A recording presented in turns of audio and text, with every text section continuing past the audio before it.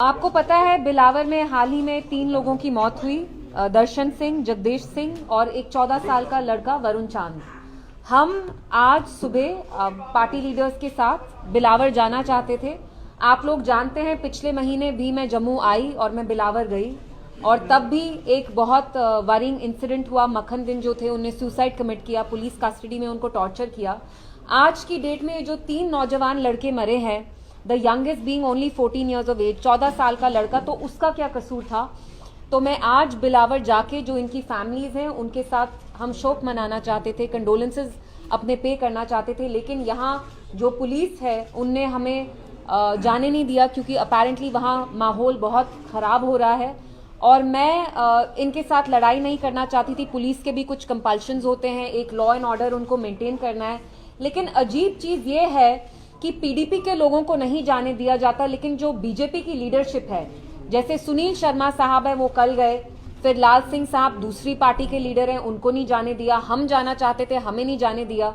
If the police feels कि हमारे जाने से वहां एटमॉस्फेयर विशिएट होता है, आई अंडरस्टैंड दैट, लेकिन फिर आप वही लॉजिक जो दूसरी पार्टी है, जो रूलिंग पार्टी है द सेंटर बीजेपी, आप उनके लीडर्स को जाने देते हैं। हमने ये भी देखा कि जो वहां इंडिपेंडेंट एमएलए हैं उनको कैसे लोगों ने हैकल किया, लेकिन ठीक है मैं नहीं गई। But what is worrying is कि कठुआ जैसी बॉर्डर डिस्ट्रिक्ट में हालात कितने खराब हो रहे हैं। 2019 से पहले कठुआ, राजौरी, पुंछ जैसी डिस्ट्रिक्ट्स में कभी भी टेररिज्म नहीं होता था, आतंकवाद नहीं होता था। आज आप देखिए हमारे 5 जवान हाल ही में अक्टूबर के महीने शहीद हुए, उसके बाद वहां फिर से सिविलियन किलिंग्स हुई। पिछले साल वहां काउ विजिलेंट्स ने 5 नौजवान लड़कों को पकड़ के जो मुसलमान थे उनका कत्ल किया। फिर हमें पता है मक्खन दिन जो थे बिलावर के, जहां मैं खुद गई, उनकी फैमिली से मैं मिली, उनको पुलिस कस्टडी में कैसे टॉर्चर किया गया। तो यहाँ पे जो पूरा एटमॉस्फेयर बन रहा है, इट्स वेरी वरिंग, क्योंकि हम जानते हैं Kathua is a border state और अब यहाँ जैसे लग रहा है थोड़ा कम्युनल टेंशन भी हो रहा है। तो उसके बारे में मैं आके यहाँ से बात करना चाहती थी और मेरी डीजीपी साहब, एलजी साहब से यही अपील होगी कि जब भी ऐसा कोई वाकया होता है तो आप क्या करते हैं, कुछ एक कम्युनिटी के लोगों को आप टारगेट करना स्टार्ट करते हैं। मैं मेंशन नहीं करूंगी, स्पेसिफाई नहीं करूंगी, आप लोग समझ रहे हैं मैं किसके बारे में बात कर रही हूं। जब से इन 3 लोगों की हत्या हुई उसके बाद कठुआ डिस्ट्रिक्ट में यंग लड़कों को उठाया जा रहा है, जेल में डाला जा रहा है अंडर पीएसए, अंडर यूएपीए। तो आई वांट टू नो कि ये जो यहाँ लॉ एंड ऑर्डर कठुआ में, बिलावर में खराब हो रहा है, ये आखिर किसकी जिम्मेवारी है, किसकी रिस्पॉन्सिबिलिटी है।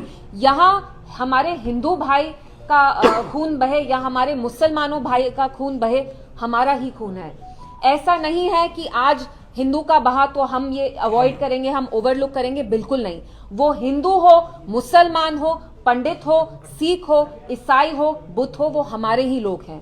इसलिए मैं आके यहाँ मीडिया से बात करना चाहती थी और मेरी एलजी साहब और जो हमारे डीजी साहब हैं उनसे यही अपील होगी कि आप जल्द से जल्द इंक्वायरी करें, क्योंकि कहीं ना कहीं ये आपकी रिस्पॉन्सिबिलिटी तो है, पुलिस आपके अंडर आता है। तो अगर कठुआ जैसी बॉर्डर डिस्ट्रिक्ट में हालात इतने खराब हो रहे हैं कि आज मैं वहां कंडोलेंसेस के लिए तक नहीं जा सकती थी, तो ये आपकी जिम्मेवारी है।